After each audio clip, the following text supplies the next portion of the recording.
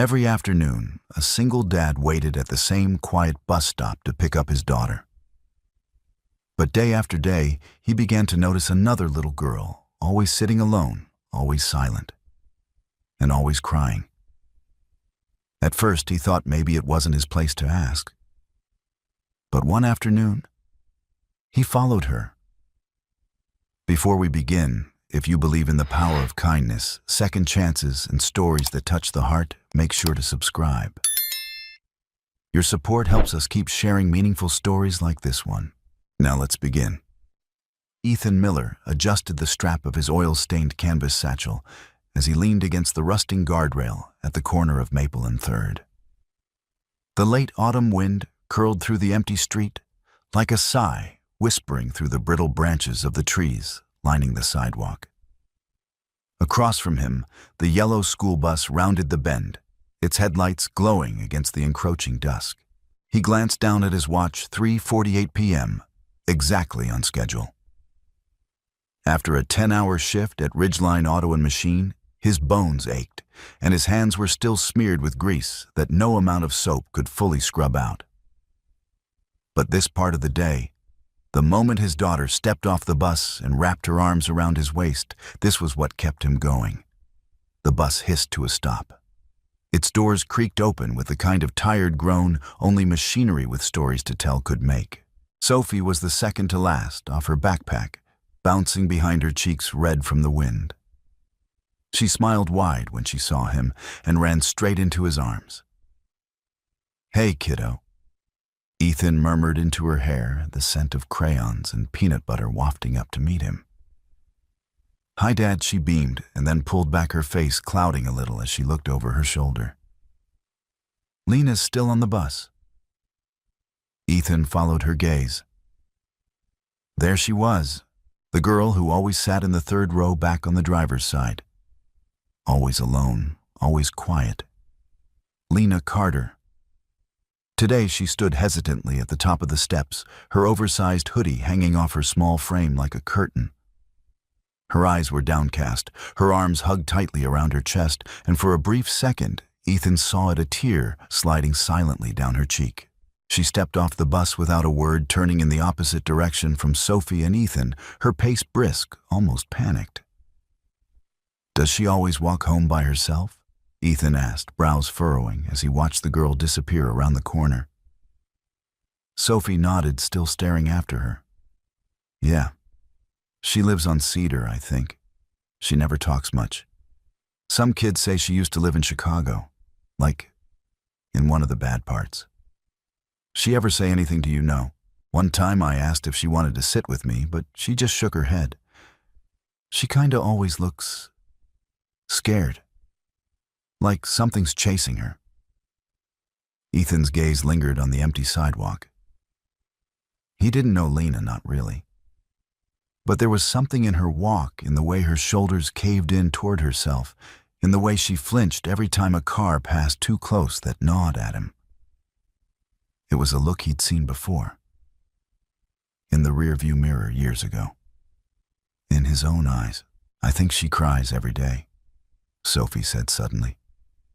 Her voice had gone soft. "On the bus. She always waits until most kids are off, then she turns her face to the window and cries really quiet."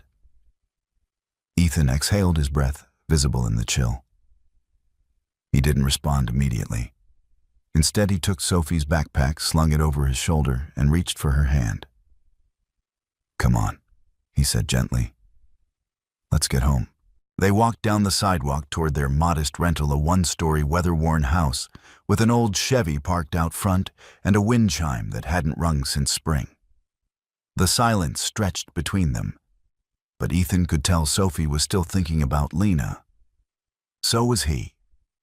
That night after dinner, and dishes after Sophie's homework was spread out like confetti across the kitchen table, Ethan found himself staring out the front window. His calloused fingers drummed absently against the frame. What did he know about Lena only? That she was quiet, always alone, and that something in her expression haunted him. He didn't want to overthink it.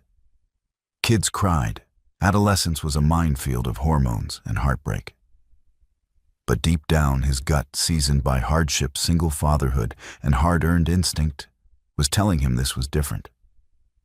At bedtime, Sophie stood at the door to her room, hugging her favorite stuffed elephant. "Dad, yeah, you'll keep an eye on her, right?" Ethan turned to look at his daughter. "I mean, not in a weird way," she clarified quickly, then frowned. "Just, I think she needs someone to notice." Ethan walked over and placed a hand on her shoulder. "I'll pay attention. I promise." Sophie nodded and slipped inside, closing the door behind her. That night, sleep didn't come easily. Ethan lay in bed staring at the cracked ceiling, his mind replaying Lena's face over and over again. The tear, the slumped shoulders, the way she didn't look back. By morning, he'd made a silent decision. He wasn't going to ignore it. Maybe it was nothing. Maybe it was everything. Either way, someone had to notice. And he would. He just didn't know yet how deep the darkness ran, or how close to home it would strike. The next afternoon, the bus wheezed to a stop in the same spot as always, Maple and 3rd, just beyond the bent street sign and faded crosswalk. The early November sky was overcast gray and low, like a blanket pressed down over the neighborhood. The clouds held the kind of weight that suggested something was about to break. Ethan stood with his hands tucked into the pockets of his mechanic's jacket, watching as the yellow bus shuddered to a halt. Sophie was first off this time, her knit hat askew and cheeks pink from the cold. She clutched her sketchbook to her chest, eyes scanning behind her before she even greeted him. "She's not here," she said.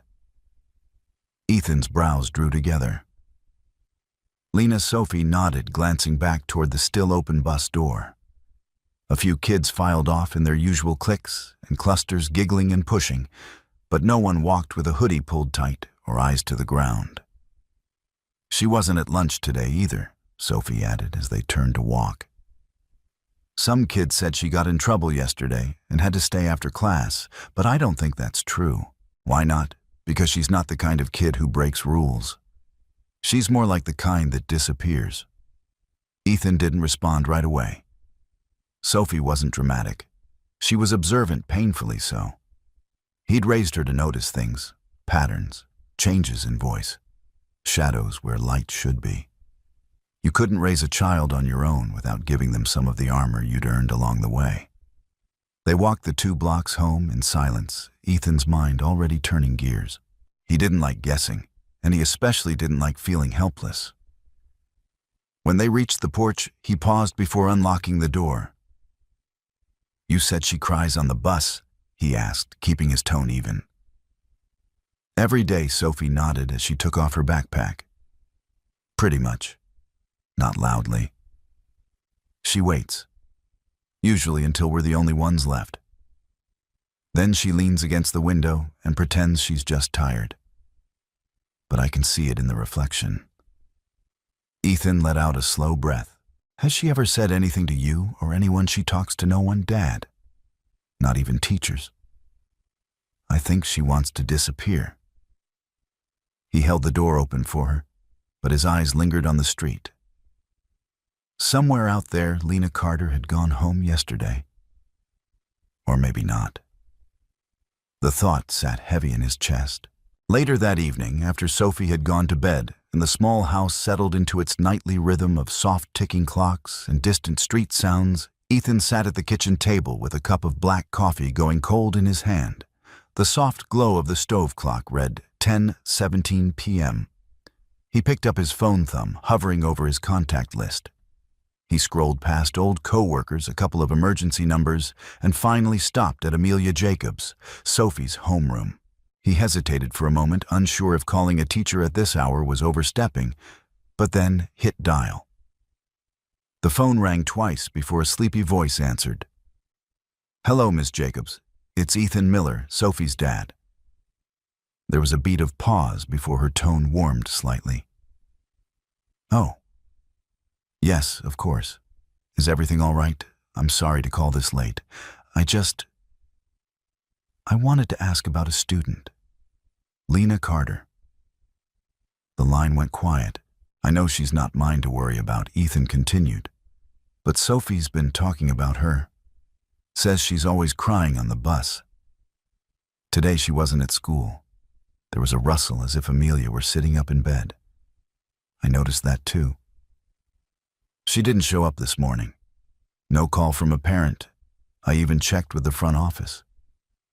Ethan's jaw tightened. What's her home situation like, if you don't mind me asking? Amelia sighed. It's complicated. She lives with her stepfather, Marcus Carter. Her mother passed away earlier this year, car accident. Since then, Lena's withdrawn. She doesn't participate, doesn't speak unless spoken to. She's excused herself to the nurse's office more than any other student this semester. Often complains of nausea, headaches. Has anyone talked to child services? I've raised concerns. But without proof of abuse, it's hard to trigger anything actionable. The principal thinks she's just grieving. Ethan muttered a quiet curse. I know, Amelia said, voice low. But it's not nothing. Kids like her don't just fade like that unless something or someone is pushing them toward the edge. Ethan ran a hand through his hair. Is there a number for the stepfather? I can email it to you. I'm not sure what you're planning, Mr. Miller, but please, be careful. This isn't the first time I've felt something was off, and I've seen people get shut down hard trying to help. Thanks, Amelia. Really, I'll let you get some sleep. After they hung up, Ethan sat in the still kitchen, the weight of her words tightening in his chest.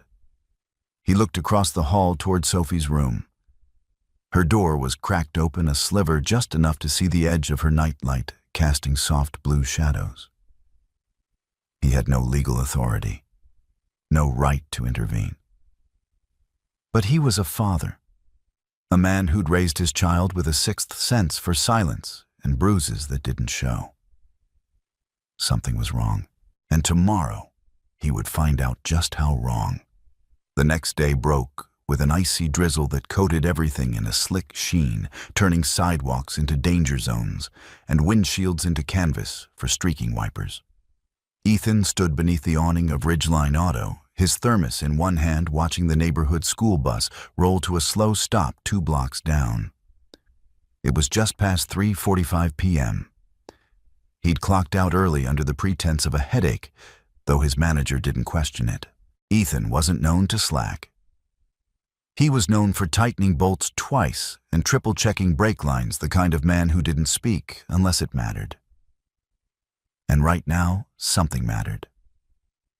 From his post, he watched the usual students climb down one by one, jackets zipped tight, chatter muffled by the wind. Sophie was third off. She scanned the bus steps, her lips pressed into a thin line. Ethan met her halfway down the block. She's not here again, Sophie said before he could ask. That's 3 days now, he replied quietly. Sophie adjusted her backpack strap, frowning. Dad. Do you think something happened to her? Ethan didn't answer. Not directly. But his silence was enough. They were halfway home when a movement across the street caught Sophie's eye. She tugged at his sleeve. Look. A girl, a flash of gray hoodie, dark hair clinging to wet cheeks, was moving hurriedly through the strip mall across the avenue, ducking between the pharmacy and the laundromat. Even from a distance, Ethan recognized the posture, the frantic edge to her movements. Lena. Stay here, he told Sophie, voice calm but firm. Wait by Mrs. Patel's shop. He jogged across the road, careful not to draw attention. The air was sharp and damp, his boots clicking faintly on the wet pavement. Lena had just pushed open the door of Pine Ridge Pharmacy. A narrow bell chimed overhead. Ethan waited a beat, then followed. The warmth inside was jarring after the chill.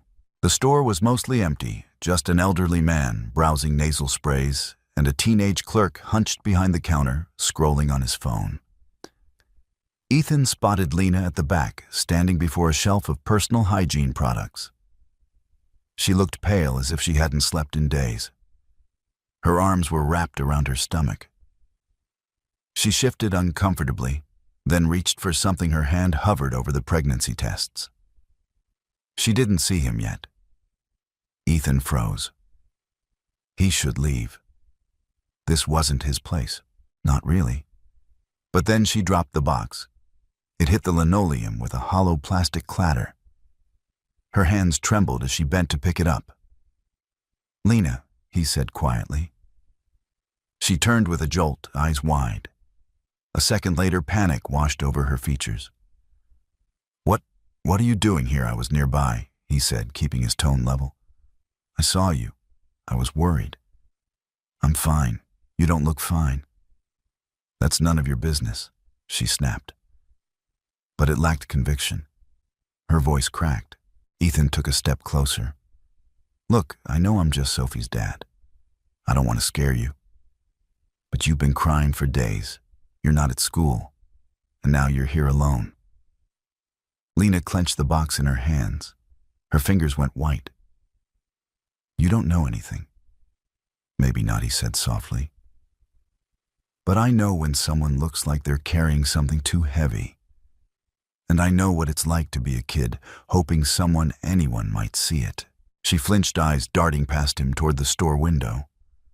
A black sedan had just pulled into the lot. Its tires cut sharply against the wet asphalt. She paled. "I have to go," she whispered. "Lena, he's here," she hissed, stepping back. Ethan turned in time to see a tall man in a navy raincoat step out of the car. He moved with an easy, confident gait. His face was hard to see through the rain, but the posture was unmistakable, calculated, controlled. Marcus Carter. Lena turned sharply and darted down the adjacent aisle. Ethan followed with just enough space between them to not spook her. "Don't let him see you with me," she said, low and urgent. He gets mean when people talk to me." "What does he do, Lena?" Ethan asked. But she didn't answer. She shoved the box of pills back onto the shelf and took off through the rear emergency exit, pushing it open despite the alarm chirp. Ethan followed her out into the rain-drenched alley just in time to see her duck behind the dumpster. He didn't chase. Instead, he stood at the alley entrance, watching Marcus enter the store. A beat passed, 2 beats. Then Marcus came out again, empty-handed, scanning the lot. His expression was tight, jaw clenched. He opened the sedan door but paused, his gaze turned toward the alley, toward Ethan. Their eyes met. For a moment, it was as if the wind itself stilled.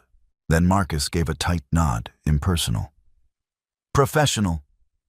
A man who believed he'd seen nothing worth remembering. He climbed into the car and drove away. Ethan remained rooted to the sidewalk until the taillights vanished. Behind him, Lena stepped from the shadows. "I can't go home tonight," she said, her voice barely a whisper.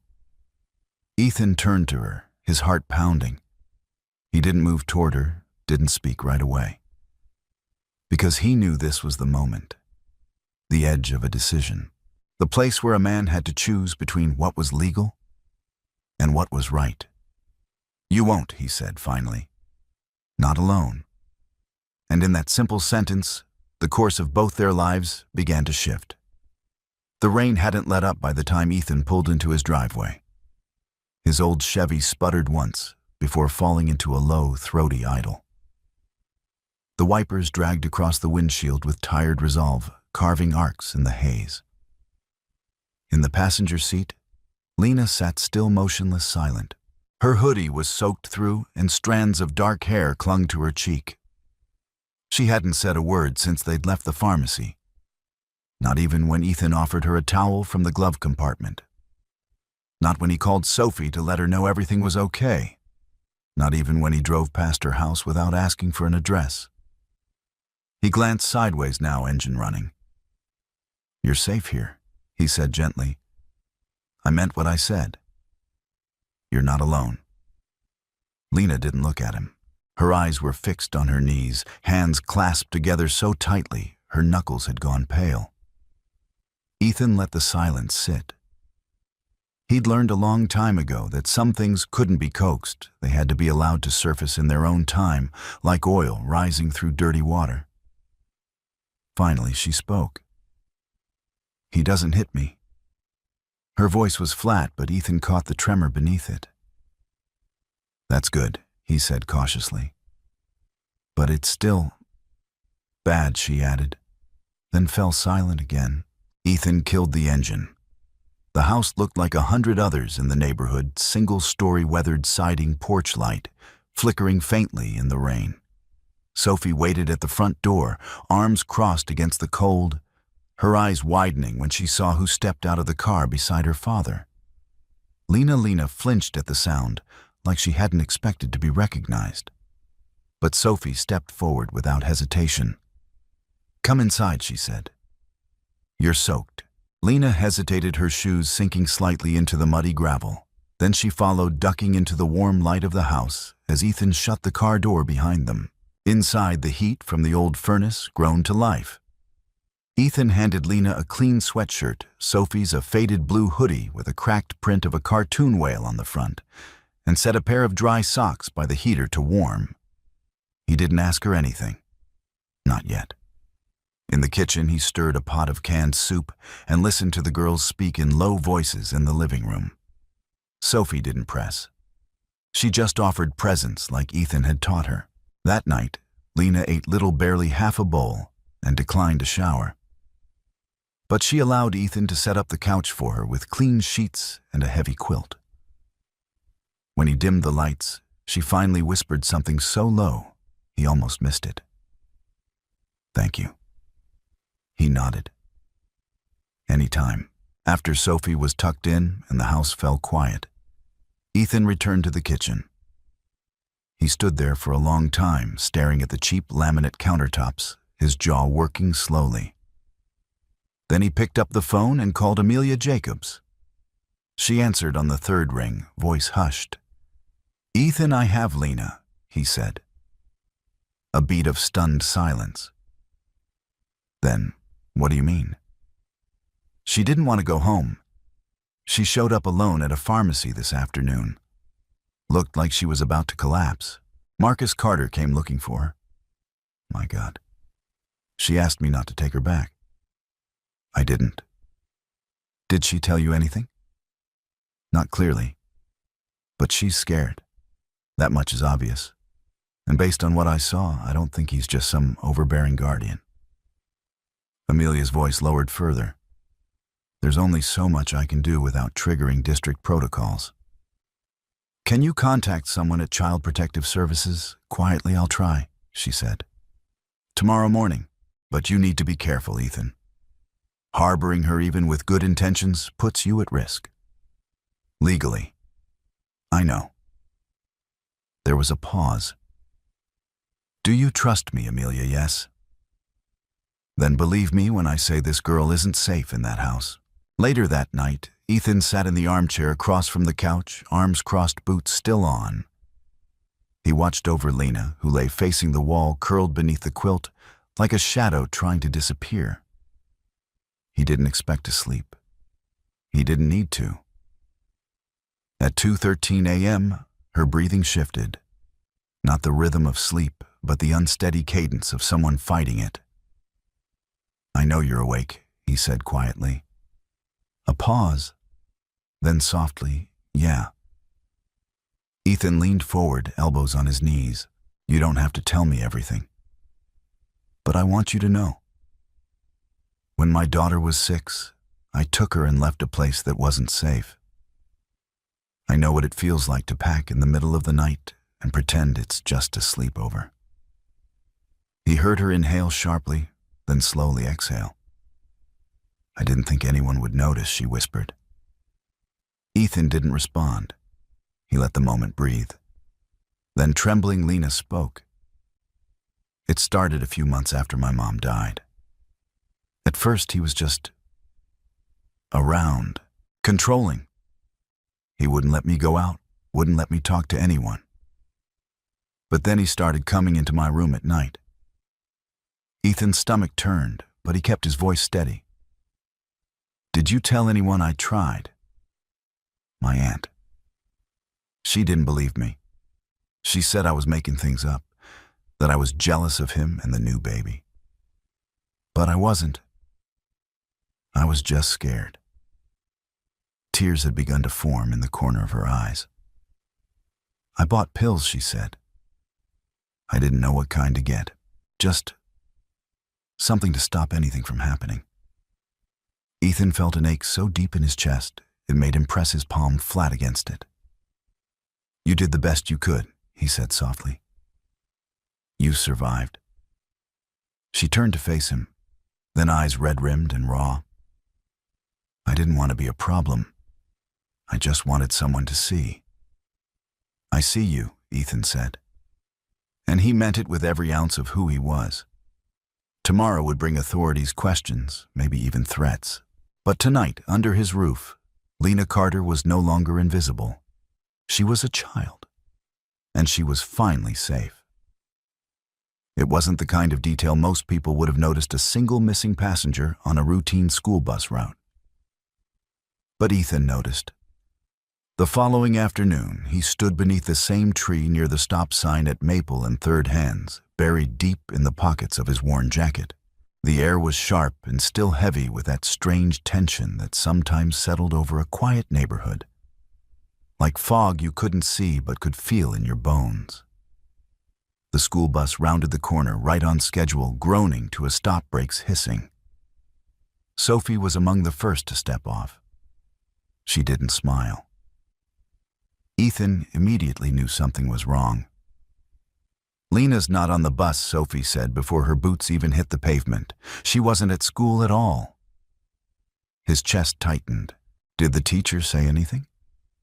Sophie shook her head. Nobody knew. A few kids said she transferred, but I don't believe that. Miss Jacobs looked worried too. She kept checking the door all day. Ethan nodded, jaw-tight gaze, already drifting toward the east, toward the strip of businesses near Pine Ridge Avenue. He hadn't slept much the night before, and now a familiar unease slithered through his spine. He could feel it again. The silence. The weight of something not said. He took Sophie's hand as they started walking. Let's drop your backpack at home. I need to check something. 15 minutes later, Ethan found himself parked across the street from the small liquor store on Cedar, a grimy, low-lit corner shop that he rarely noticed before wedged between a payday loan outlet and a defunct laundromat. The sign buzzed weakly and the window open. He hadn't known Marcus Carter worked here, but he knew it now. He watched from the car, his fingers tapping slow and rhythmic on the steering wheel. The storefront's glass was tinted, but he could make out movement, one figure behind the counter and then another. Thin shoulders, hoodie pulled up. Lena. Ethan sat up straighter. She emerged through the side door a moment later, clutching her stomach with one arm, her other hand pressed against the wall for balance. Her pace was slow, almost dragging. Something was wrong, worse than before. She looked gray beneath the street lamp, her eyes glassy. Ethan's heart pounded. He exited the car and called her name low and careful. Lena. She flinched and stopped mid-step. When she saw him, her expression flickered between relief and fear. You can't be here, she whispered. Why aren't you at school? She shook her head. Please, I need to get back before he... But she didn't finish. Instead, she doubled over beside the trash bin and vomited violently into the gutter. Ethan rushed forward and knelt beside her, steadying her as her knees gave out.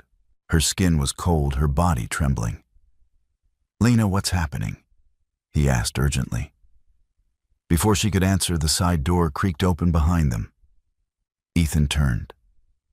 Marcus stood framed in the doorway, wiping his hands on a rag. His face was expressionless, but his eyes were sharp, assessing. What's going on here? Marcus asked. Ethan rose to his feet. She's sick. She's fine, Marcus replied coolly. She just needs rest. It's been a rough few days. I think she needs a doctor. That's not your concern. Lena slowly stood, wiping her mouth with the sleeve of her hoodie. It's okay, she mumbled, her voice hollow. He's right. No, he isn't. Ethan said firmly, his tone quiet but hardening. This isn't normal. You're throwing up. You're scared out of your mind. And now you're missing school. Marcus took a step forward. Look, I understand you're trying to help. But Lena is my responsibility. Her mother left her in my care. You're a stranger. You don't get to insert yourself into our family business. Ethan stood his ground. If she's not in school tomorrow, I'm calling the district. And if I see one more sign that she's in danger, I'm calling the police. For the first time, Marcus's mask cracked. His eyes narrowed, jaw flexing. You want to make this messy, Mr. Miller. I'm not trying to make anything. But I won't look the other way. Marcus glanced at Lena, who still stood between them, swaying slightly. Get in the car, he told her. Lena didn't move. I said I'll walk, she whispered. Marcus took a breath, calming himself. Suit yourself. He turned and walked back inside, letting the door slam behind him. Ethan turned to Lena. Do you have anywhere safe to go? She didn't answer. Just shook her head, the motion barely perceptible. He gave her his phone. Text your teacher. Tell her you're with me. She'll know what to do. Lena hesitated, then slowly tapped out a message with trembling fingers. When she finished, she handed the phone back. She said she's calling a social worker. She told me not to go home. Then you won't, Ethan said. They started walking the neon lights from the storefronts, casting their long shadows across the rain-slick sidewalk. As they turned the corner, Ethan glanced back once. The store was still the windows dim. But he knew this wasn't over. It was only just beginning. The next morning, the sky broke open over Willow Creek, like a basin tipped too far. Gray rain, pouring in thick, icy sheets, drumming against Ethan's windshield, in a rhythm that matched the unease rising in his chest. He tightened his grip on the steering wheel, eyes shifting between the road ahead and the passenger mirror. Every turn, every corner, every car behind him felt off. He was being followed. He was sure of it now. It started after he dropped Sophie at school. A black SUV, late model, tinted windows, pulled out of the grocery store lot behind him, and had been lingering too long, hanging back, just far enough to not draw attention, but never too far to lose sight. 3 left turns, 2 stops at red lights, and it was still there. Ethan knew how to spot a tail. You don't spend a decade as a mechanic without learning how people hide or stalk. Beside him, Lena sat hunched in her borrowed coat, the hood pulled low. She hadn't said much since last night. The nausea came and went in waves, her skin still pale, her voice no louder than a breath. She held a thermos of ginger tea in her lap, both hands wrapped tightly around it, like she was afraid to let go. I think he knows, she said quietly. Ethan didn't ask who. I didn't go home. I didn't answer his texts. He probably thinks I ran away again. Again. The word sat heavy between them. Ethan glanced in the rearview mirror. The SUV was gone. No, there it was, parked across from a hardware store, now engine idling, watching. He turned left away from his usual route home. Lena looked at him.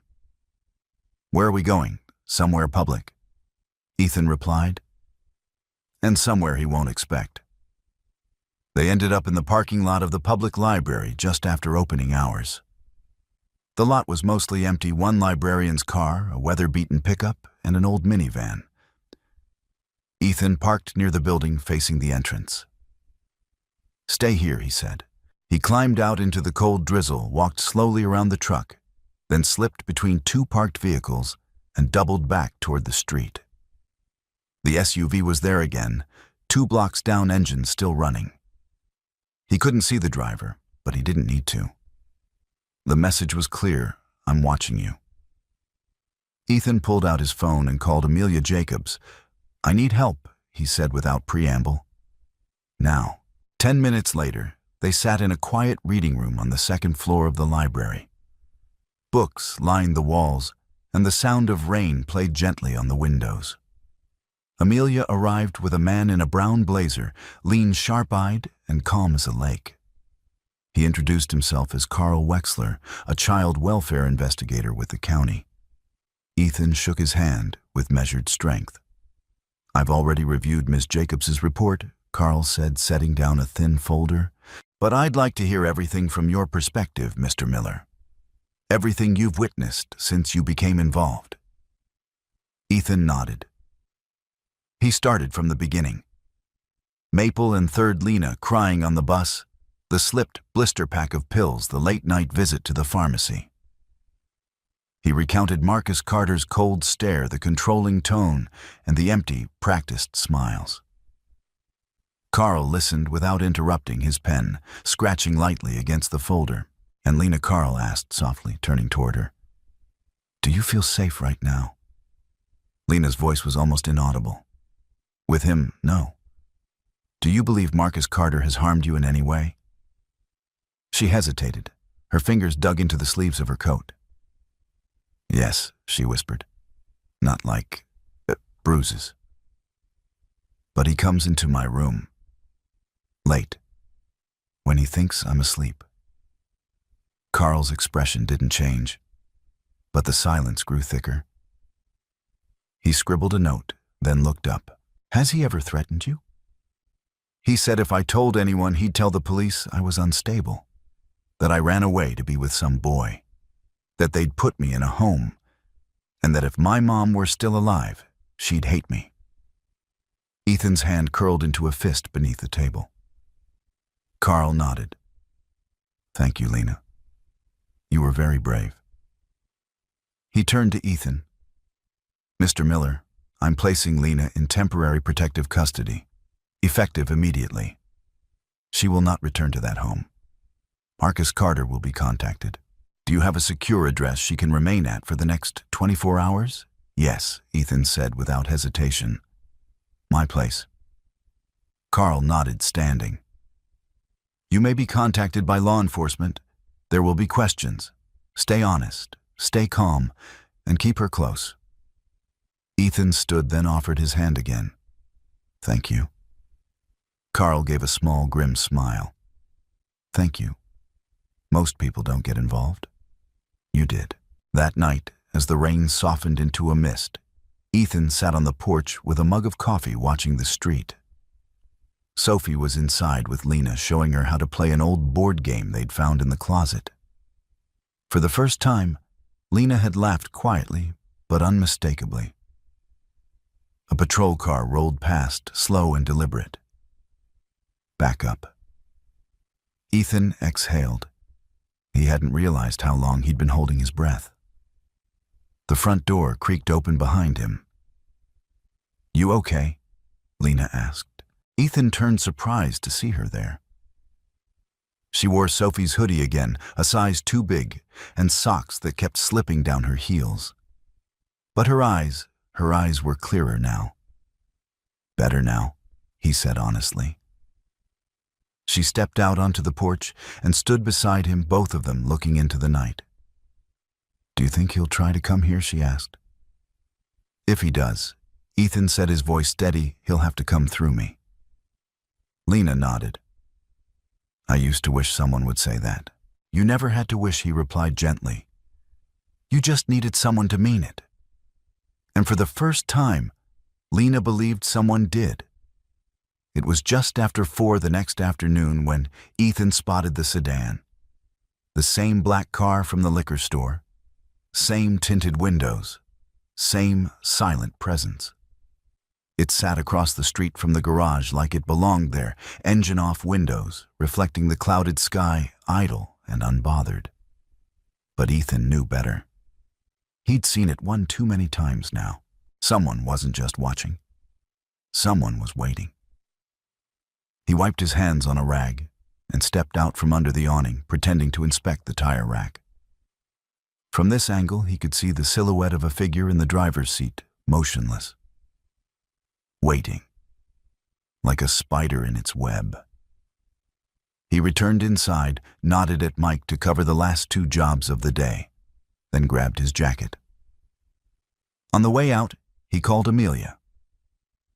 "Has anything happened with Marcus Carter?" A pause. "His home is under quiet observation," she said. "The police made initial contact this morning. He wasn't home." Ethan clenched the phone tighter. "Then I think I just found him." "You're sure?" "No. But I have a hunch he's trying to figure out where Lena is." "Be careful, Ethan. He's already crossed lines, but he's not stupid." "If he feels cornered," I know, Ethan interrupted. "That's why I'm not waiting." By 5:30, he was parked down the street from Willow Glen Elementary. Sophie and Lena were expected out any minute. The rain had stopped, but the wind had picked up swirling leaves across the cracked pavement like whispers. Ethan kept the engine running. At exactly 5:38, the girls stepped out of the after-school building. Lena looked better still, cautious, still quiet, but there was color in her cheeks now, a bit of light behind her eyes. Sophie waved when she saw him. That light dimmed the moment Lena spotted the black sedan idling at the end of the block. Her steps slowed. "He's here," she murmured as she climbed into the car, her voice flat and fearful. Ethan didn't turn his head. He simply said, "Then we won't go home." They drove east past the limits of their familiar streets and into the rural edge of town, where the street lamps thinned and the pines thickened, where barns sagged behind fences and dusk settled early. Ethan kept one eye on the rearview mirror the whole time. The sedan followed. 10 minutes passed. Then 15. Ethan made a sharp left onto a gravel road that led into the County Park Lakeside Reserve. The entrance was quiet, the gate opened, the area nearly empty, aside from a maintenance truck parked near the ranger shack. He pulled into a space at the far end of the lot near a cluster of trees and the path to the lakeside picnic grounds. The sedan pulled in 3 rows back, staying in the shadows. Lena stared at the dashboard, breathing shallow. Ethan turned to her. "You still trust me?" She nodded. "Then we stay smart. And we stay together." He called Amelia again, brief and urgent. "We're being followed. I'm at Lakeside Reserve. Marcus is here." "I'm calling 911 now," she said. "Keep your distance. Do not confront him." Ethan ended the call and checked his surroundings. The park was sparsely populated, a couple pushing a stroller near the lake, a teenager throwing a ball for a golden retriever. Ordinary people on ordinary afternoons. Except this wasn't ordinary. "Come on," Ethan said to the girls. "We're going to walk. Stay between me and the lake." They moved across the gravel down the footpath toward a grove of trees that wrapped around a maintenance shed. The air smelled of pine needles and damp earth. Ethan's senses were on fire. Every crack of a twig behind them made his shoulders tighten. Behind them, the sedan's door opened. Marcus stepped out. He didn't call out, didn't raise his voice. He simply followed.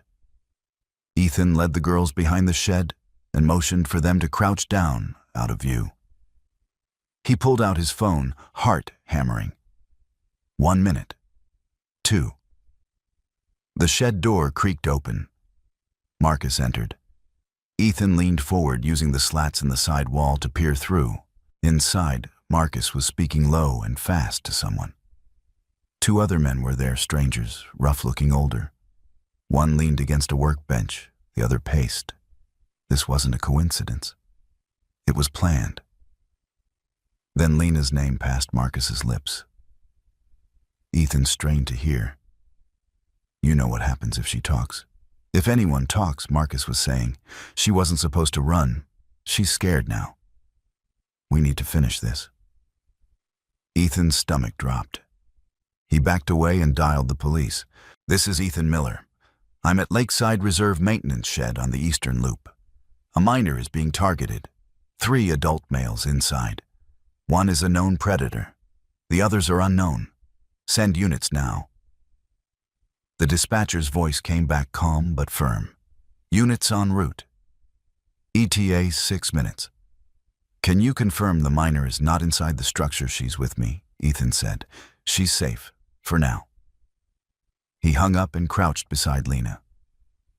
They're here for you, he whispered. They brought people. Lena trembled.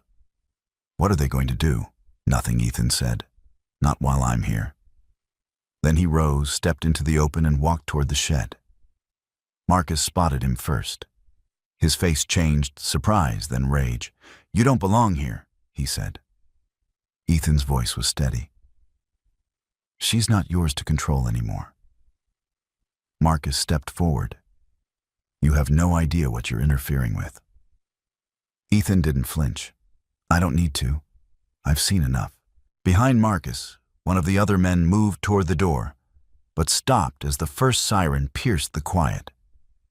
Red and blue lights flashed through the trees seconds later. Marcus turned, panic flickering behind his eyes. Get out of here, he barked. The other men bolted through the back exit. Marcus hesitated too long. 3 squad cars surrounded the lot within seconds. Officers emerged with weapons drawn, voices firm. Hands where we can see them. Marcus raised his hands slowly, seething. As the officers moved in to detain him, Ethan stepped back toward the trees, toward the girls. Sophie reached for his hand. Lena stared at him, eyes wide, disbelieving. You came, she whispered. Ethan looked down at her, heart still pounding. Always. The rain had finally stopped by the time Ethan pulled into the hospital lot that evening. The night sky above Willow Creek was bruised with clouds, the full moon barely visible behind their shifting veil. The asphalt still shimmered with puddles reflecting the emergency room lights in broken patches. He parked beneath the overhang and turned off the engine. In the back seat, Lena had curled against Sophie's shoulder, half asleep, but still clutching the hoodie sleeve in her hand. Sophie kept her other arm around her, gently rocking with the rhythm of the truck's idle. Neither had spoken much since the officers took Marcus Carter away. The images of the confrontation in the woods of squad cars and shouting still echoed in their minds like distant thunder. Inside the waiting room smelled of antiseptic and tired linoleum. A nurse behind the glass window recognized Lena from an earlier visit with child services and waved them forward. We've been expecting her, she said kindly. They were ushered into a private examination room, one clearly set aside for cases like this, soft lighting, warm-colored walls, and a hand-painted mural of balloons on the far side, an almost patronizing attempt to soften the clinical edges. The doctor, a tall woman with graying hair and eyes like polished steel, introduced herself as Dr. Mason. She crouched beside Lena's chair rather than standing over her, and her voice was soft, careful. Lena, I'm going to ask you a few questions, okay? You can say as much or as little as you want. Lena nodded, her eyes barely lifting from the floor. Has anyone touched you in ways that made you uncomfortable? A long silence. Then a whisper, yes. Dr. Mason didn't flinch. She nodded, took notes, asked more questions when, how often, where. Lena's answers were short, fragile.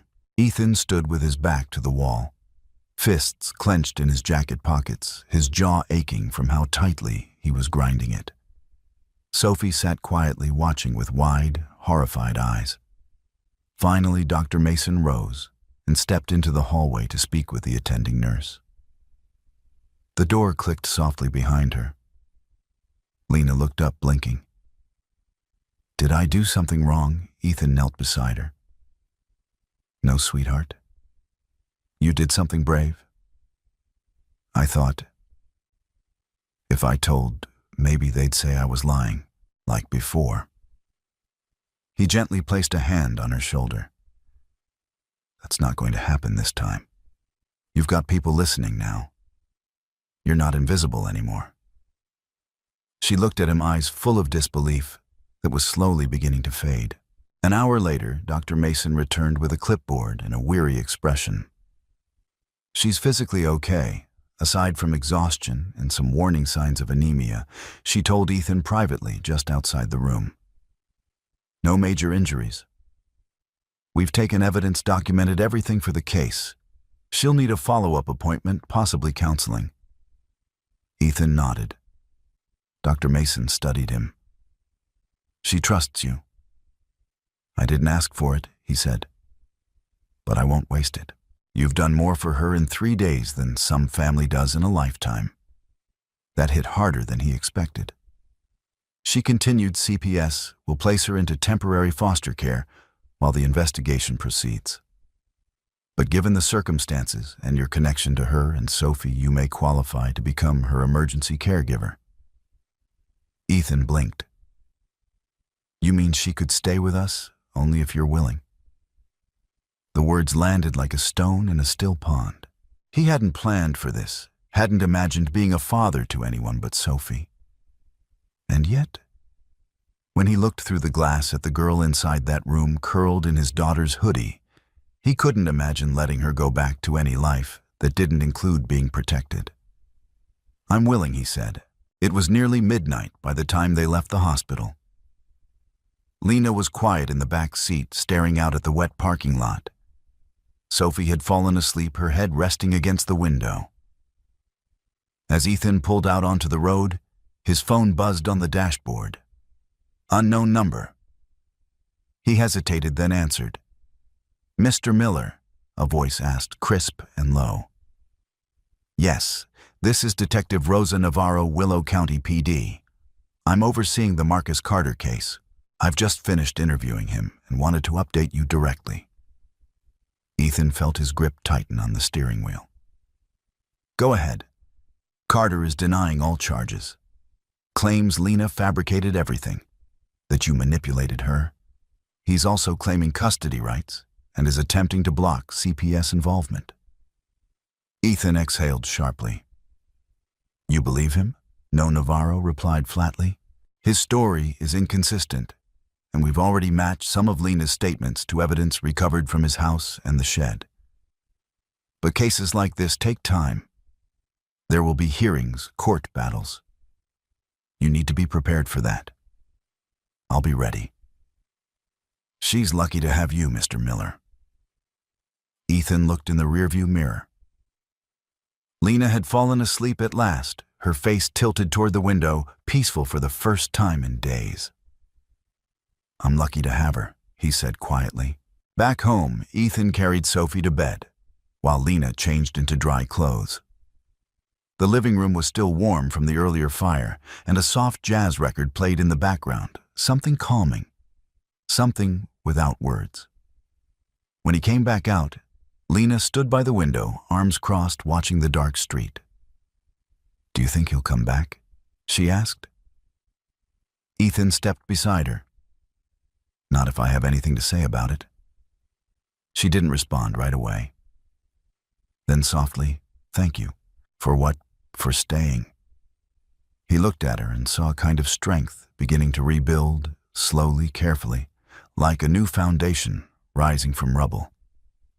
You're not alone anymore, he said. And you never will be again. Outside the night deepened, but inside for the first time, it felt like morning. The courtroom smelled like old paper and disinfectant, a sterile kind of anxiety that clung to the walls and hovered just under the humming fluorescence. Lena sat beside Ethan at the back, small in a chair that seemed too large for her hands clutched tight in her lap. She wore a navy sweater of Sophie's sleeves pulled over her wrists. Her eyes rarely left the floor. They were only there to observe. No testimony today. No confrontation. Just a motion to suspend Marcus Carter's custody rights pending investigation. But still, Lena's knuckles were white. At the front of the room, Judge Donovan, silver-haired and measured, looked over her glasses at the attorneys before her. I've reviewed the preliminary CPS report, the officer's statements, and the hospital findings. Given the severity of the allegations and the material collected, I find sufficient grounds to proceed with the emergency order. Ethan could feel Lena's breath hitch beside him. The judge continued, effective immediately. Marcus Carter's custody of Lena Carter is revoked. The child will remain in state care or an approved temporary placement while further investigation proceeds. A soft murmur spread through the room. The words landed like thunder in Lena's chest. Final, irreversible, strange. For so long, the ideas of freedom had been abstract. Now it had paperwork. Now it was real. Afterward, they walked out into the wind-lashed parking lot, and Lena tilted her head toward the sky. No rain, no clouds, just sun. For the first time in what felt like years, she didn't flinch when it touched her face. Later that afternoon, a quiet knock at Ethan's door pulled him from the kitchen. He opened it to find a tall woman in a pea coat, holding a folder, her ID badge glinting in the porch light. Behind her stood a boy in a striped polo and an elderly woman in a cardigan. "Mr. Miller," the woman asked. "Yes, I'm Patricia Klein from CPS. This is Lena's maternal grandmother, Eleanor Graves." Lena stepped into the entryway behind Ethan, eyes wide. For a moment, no one spoke. Then the old woman stepped forward, hands shaking. "My God," Eleanor whispered, her voice cracking. "You look just like your mother." Lena froze. Her lips trembled, but she didn't speak. Then she took a cautious step forward. "I thought you didn't want me." "I didn't know," Eleanor said, her voice raw. "After your mother died, Marcus told the family you'd moved to Michigan to live with cousins. He told us." She stopped herself, breathing hard. "He lied," Lena said. "I know that now." They stood inches apart, two people separated by years of silence and a wall of lies. Then slowly, Lena reached out. Eleanor took her hand in both of hers. "Can I hug you?" the old woman asked. Lena nodded. It wasn't the kind of hug that cracked bones or knocked you breathless. It was trembling and hesitant, the kind that carried a question in it. The kind that asked, "Is it too late to start over? I want to get to know you." Eleanor whispered. "But only if you want that too." Lena leaned in, eyes closed.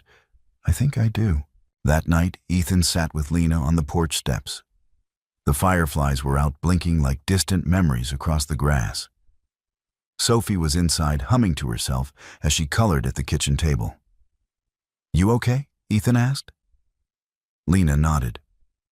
"It's weird, all of it. Like I'm waking up from something and the world's not the same shape anymore." "That's normal," he said. "I don't know what happens next." "Neither do I," he admitted. "But I know this: what happened to you doesn't get to decide who you become. You do." She looked at him, uncertain.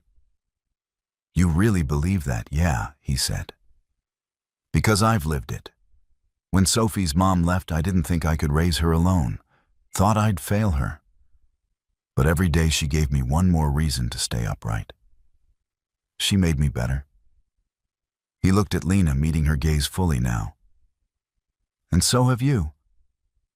A long silence passed. Then tentatively she asked, "Can I stay just a little longer?" Ethan felt his chest tighten. "You can stay as long as you need." She leaned her head against his arm. "I don't want to run anymore." "You don't have to." Hours later, after both girls had gone to bed, Ethan stood in the hallway outside their rooms, arms crossed, listening to the soft rhythm of breath behind each closed door. He'd walked into Lena's life by accident, but he was staying on purpose. Some wounds don't vanish with time. Some never fully close. But with enough kindness, enough presence, they scar over. They heal unevenly, imperfectly, but they heal. And tonight, in a quiet house under a safe roof, one child had started to heal. So had he. The sun had barely risen when Ethan's phone buzzed on the nightstand. He rubbed the sleep from his eyes and reached for it, expecting an early garage call. But the caller ID read, "Detective Rosa Navarro." He sat up immediately. "Mr. Miller," came her steady voice. I thought you should know Marcus Carter's hearing has been scheduled for next Thursday. We'll likely push for a full trial given the evidence. Ethan leaned back, rubbing his forehead. Is he still denying everything, every word Navarro said? But that's not why I called. We intercepted a letter from Marcus. It was intended for Lena. Ethan's jaw tightened. What did it say? Manipulation? Apologies laced with blame. He said she misunderstood his love. Classic grooming language. We've already submitted it into evidence. Ethan swallowed hard. Does she know? Not yet. We wanted your input first. Don't give it to her, he said. Not now. Not when she's just beginning to breathe. Agreed. He thanked her and ended the call, staring out the bedroom window as morning mist curled through the trees. He didn't know how long the fight would last. But what he did know, what he had no doubt about, was that Lena wouldn't face it alone. Later that morning, the kitchen was warm with the smell of pancakes and brewed coffee. Sophie stood at the stove in her pajamas, flipping a stubborn flapjack with practiced focus. Lena sat at the table sketching something in a notepad, her face bent in concentration. You sure I'm not burning these? Sophie asked, glancing at Ethan. You're within the legal limit, he teased. Lena looked up and smiled, small, genuine. Ethan crossed the room and set a hand on her shoulder. What are you drawing? She turned the notebook around. It was a house. Not their real one, but something brighter. There were two stick figures near the porch, one tall, one smaller. Between them was a little girl holding both hands. That's you and Sophie, she said. And me. He looked at her a moment, surprised by the emotion that rose, then nodded. Looks just right to me. That afternoon, a knock came at the door. Amelia Jacobs stood on the porch, bundled in a wool coat, a thin smile on her face. Hey, Ethan, can I come in? He stepped aside, eyebrows raised. I won't stay long, she said. I just came to give you this. She handed him a thin manila envelope. Inside were official-looking papers, CPS documentation approval for emergency foster care placement background check receipts. You've been cleared as Lena's temporary guardian. Ethan blinked. That was fast. You moved mountains for her, Amelia said. It's amazing what the system will do when someone refuses to give up. He glanced toward the living room, where Lena sat cross-legged with Sophie on the floor, giggling over a puzzle. I didn't do anything special, he said. Amelia shook her head. That's where you're wrong. Later, Lena stood with him outside by the garage, the late afternoon sun slipping behind the trees. He was fixing a belt on an old Civic while she passed him tools. They worked in easy silence, the kind only possible when trust has finally settled in. After a while, Lena spoke. I used to think I'd never trust another man again. Ethan didn't look up. He just nodded slowly. That would have been fair. But then you just kept showing up, she said. You didn't ask me to talk. You just let me be quiet. You made me feel not broken. He tightened the bolt, then set the wrench down. You were never broken, he said. You were scared. And you were surviving. That's not weakness, Lena. That's strength. She looked down, then said quietly, Marcus wasn't my dad. Ethan turned to face her fully. But you are. It landed in his chest like a soft impact, unexpected and life-altering. For a moment he couldn't find words. He just reached out, and she stepped into the hug, folding against him like she'd done it 100 times. I don't know what being a dad to two girls is supposed to look like. He said, his voice thick. But I'll figure it out.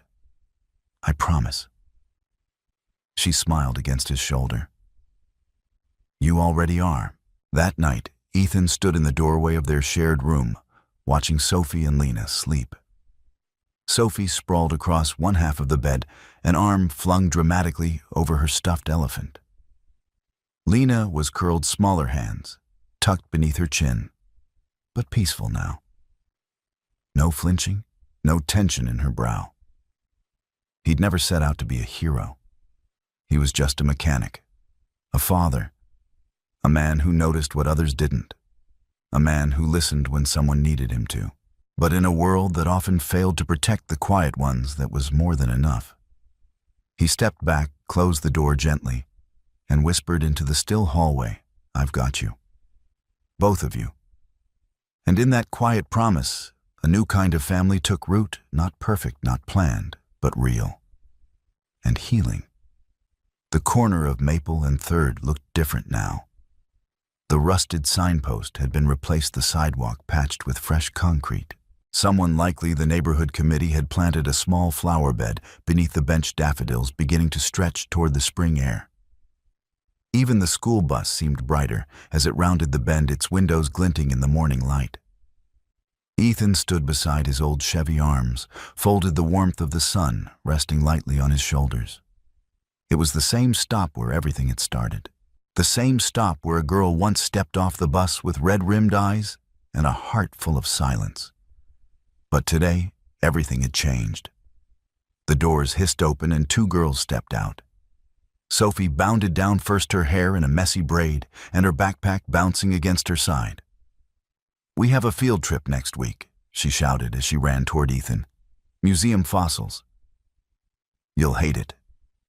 Ethan chuckled. "I'll pretend I'm thrilled." Then came Lena. She stepped down slowly, calmly. She didn't wear the oversized hoodie anymore. Today it was a jean jacket over a yellow t-shirt with a sun drawn on the front, Sophie's design. She walked with ease, with ownership of her space.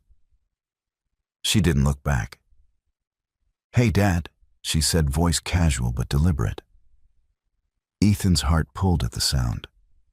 "Hey, sweetheart," he replied. She didn't flinch at the word. She smiled.